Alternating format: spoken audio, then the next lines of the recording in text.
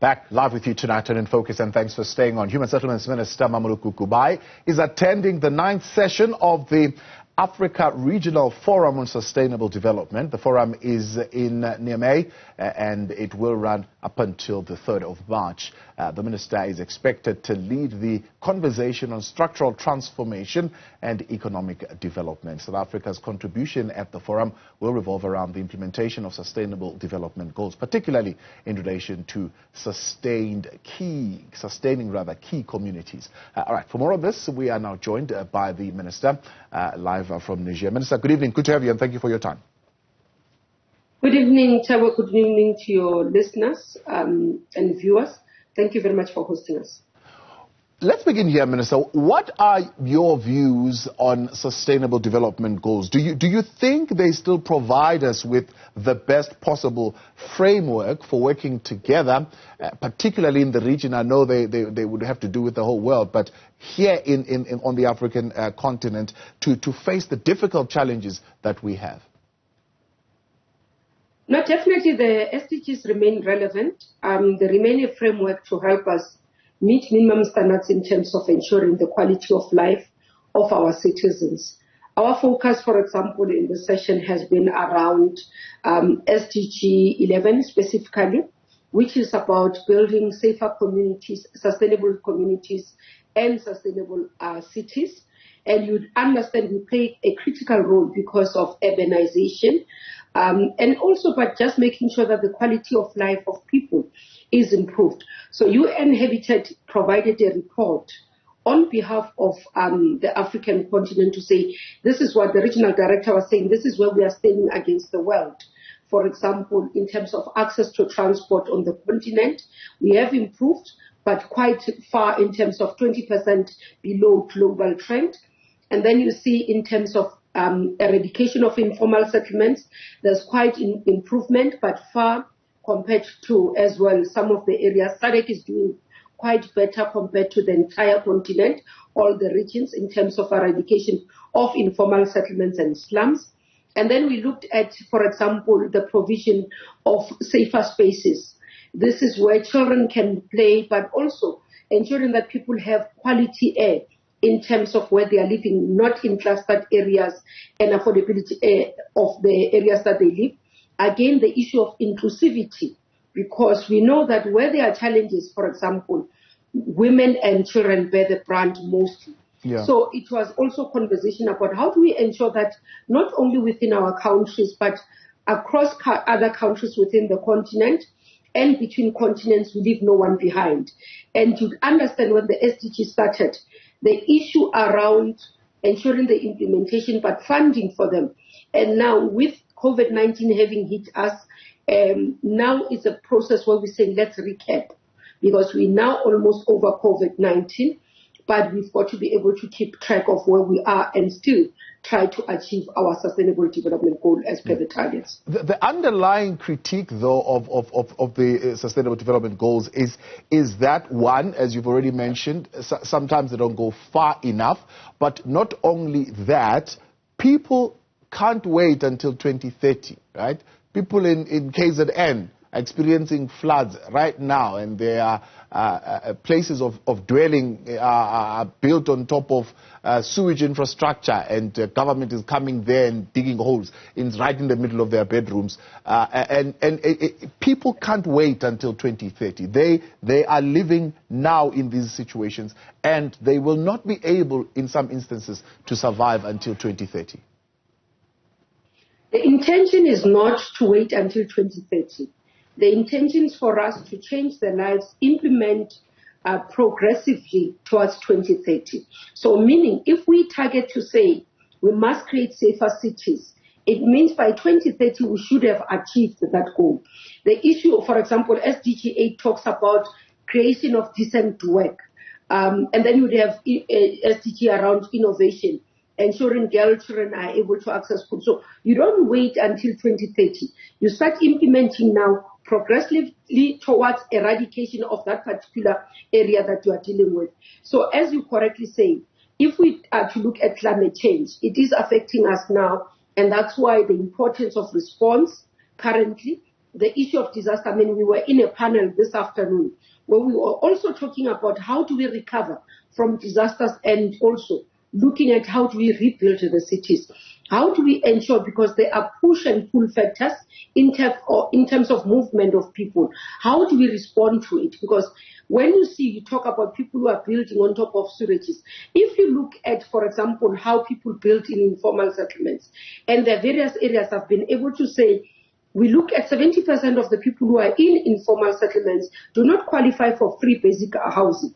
Now, you've got to be able to understand the nature of who they are and what products you can be able to provide for them. So we've been sharing some of our experiences as South Africa, how we're dealing with upgrading of informal settlements in the country, how we are providing for social housing and addressing the missing middle, how we are providing for title deeds and what title deeds mean in the hands of the people. So it's a comprehensive intervention that we do. And even as we discuss here, we're sharing ideas, we're sharing experiences, but also we are saying, what are the lessons learned so far? So you find another country still far behind than South Africa, for example, and then we share ideas. Yeah. But also we are emphasizing the need for localization, because not one size fits all solution will help us as global community and especially as the continent. So it's part of those conversations that we've been having this week. Are these just conversations? Are these just ideas? Or are these goals that we can hold you accountable to when you come back? These are goals that we can be held accountable as governments and as departments and ministers. You'd understand, last year you'd have noted us launching the Global Action Plan in eradication of informal settlements and slums. And that's why I can talk about our program of upgrading of informal settlements in South Africa. This is linked to the work that is being done on SDG 11. So it's linked, part of that. We are responding, and that's why when we respond, for example, as global and those who are operating within the space of housing planning and human settlement broadly, will be that our response is that let's do a global action plan. In the global action plan, we are listing the things that needs to be done to be able to eradicate those informal settlements, but ensure that there's decent housing for people or living conditions for people. Now, as a country then, we localized it and went as far as saying we will do upgrading of informal settlements. We'll identify the informal settlements that we have. We'll be able to say, okay, these ones have put themselves here, they are not recognized, they have not been formalized. Will provide what is called basic human rights services, which is water and sanitation. And then we'll move to the furthermore of development of those informal settlements with permanent structures such as water, electricity, and sanitation, and more with roads, then later with houses. So it's part of the response to what has been determined as SDG goals. Yeah. I suppose that links nicely into the next question as you put on your other hat as part of the African National Congress in the economic portfolio. What we heard from, for example, the finance minister around the disbursement of some funding for infrastructure. I know it's in the billions. The figure escapes my mind right now for the building, for example, of rural bridges. It's a rural bridge program that is going to be funded. One of the questions that come from the homeless society is what is government saying to them about that disbursement as far as the informal economy is concerned? It's not prescribed in that budget what informal businesses will get, what informal labor will get. What are the specifics around the upskilling of people within the informal economy? Okay, I think mostly sometimes as South Africans we think that this program, all programs must talk to us. Minister of Finance can't talk about everything, can't talk about all areas. Then the responsible ministers will talk about it. You'd understand, as you say, my capacity as ETC chair. In the last conference, we did highlight that there's not been enough work done in this country around informal sector. And we've provided some level of information to say, would want to see, for example, the reduction of regulation around their operation support and upgrading. Now, if you are to talk about upgrading of rural bridges, this is a construction area.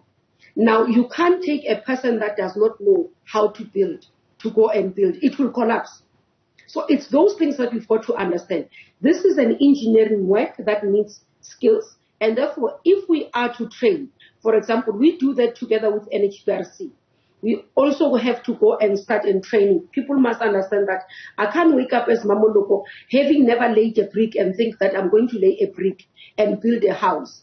That house will collapse. And it's a risk for government. You need to be registered to be able to be qualifying to do that. So the informal sector, in terms of how they operate on the continent and globally, it's not within these areas of expertise, for example. Once they get into these areas, then they get registered, because this is expertise with technical capacity and technical know-how, which there are available mechanisms for them to be trained and for them to receive the necessary skills, and they can be formalized into that. Normally, when we talk about informal economy, we're talking about people who are trading, for example, the people who are selling at the taxi ranks, the people who, for example, will find somebody going to buy clothes in this area and sell them in this area. Those are the macro lending, study Stockfell, where they do Stockfell and start lending amongst each other. That is what we're talking about in terms of informal economy. Not within these areas that we are talking about. In those areas, we're talking about SMMEs. Yeah. There is an opportunity for SMMEs to subcontract if they are not big. Starting if you are a grade 1, then you can be subcontracted by a grade 8 or grade 9, and then you grow in terms of points. Then you can become bigger. So is it correct then to say that the money will go straight into the hands of SMMEs or construction companies, and not much is going to end up in that informal economy? Not with the rural bridges. That's what I'm trying to explain, Thabo. Not with the rural bridges, because the informal economy then will operate. Remember, in everything that we do, there's a value chain.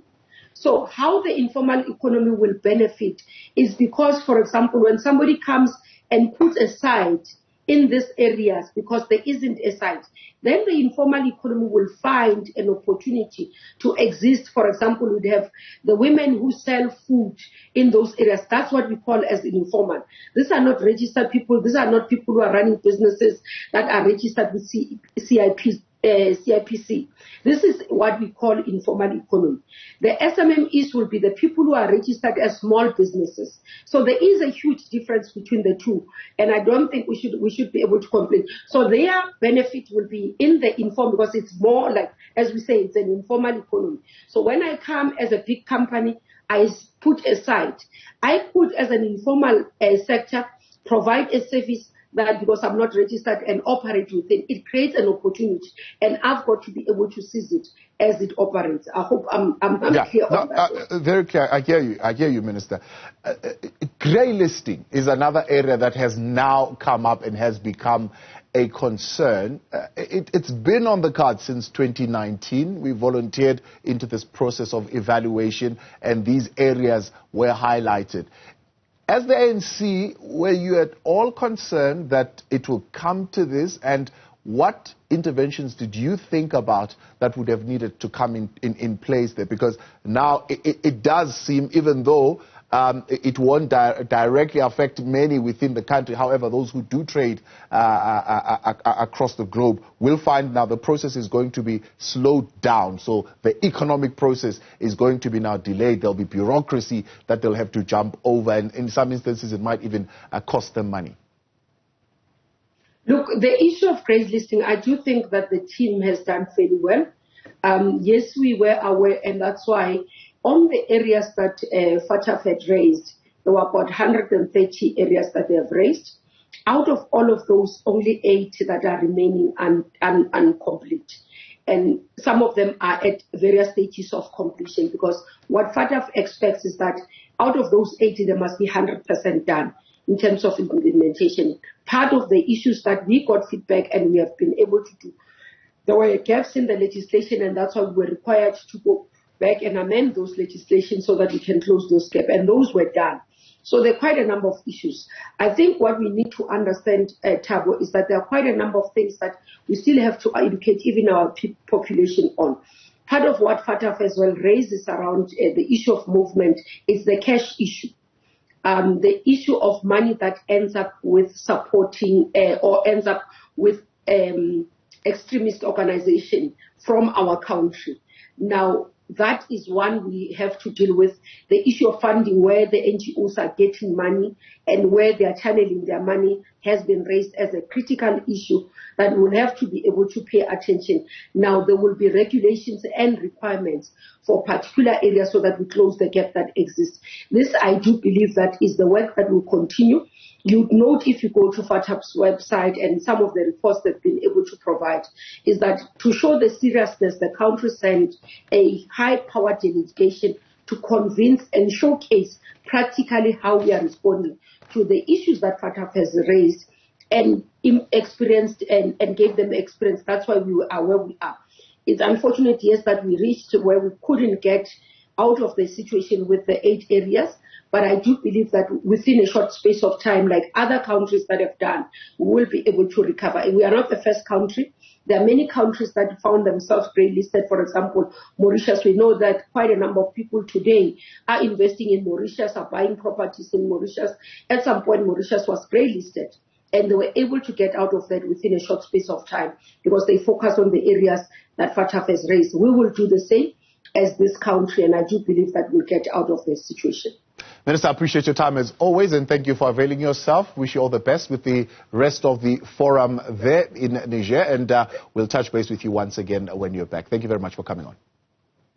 Thank you. Thank you very much. That's Minister for Human Settlements, Mmamoloko Kubayi.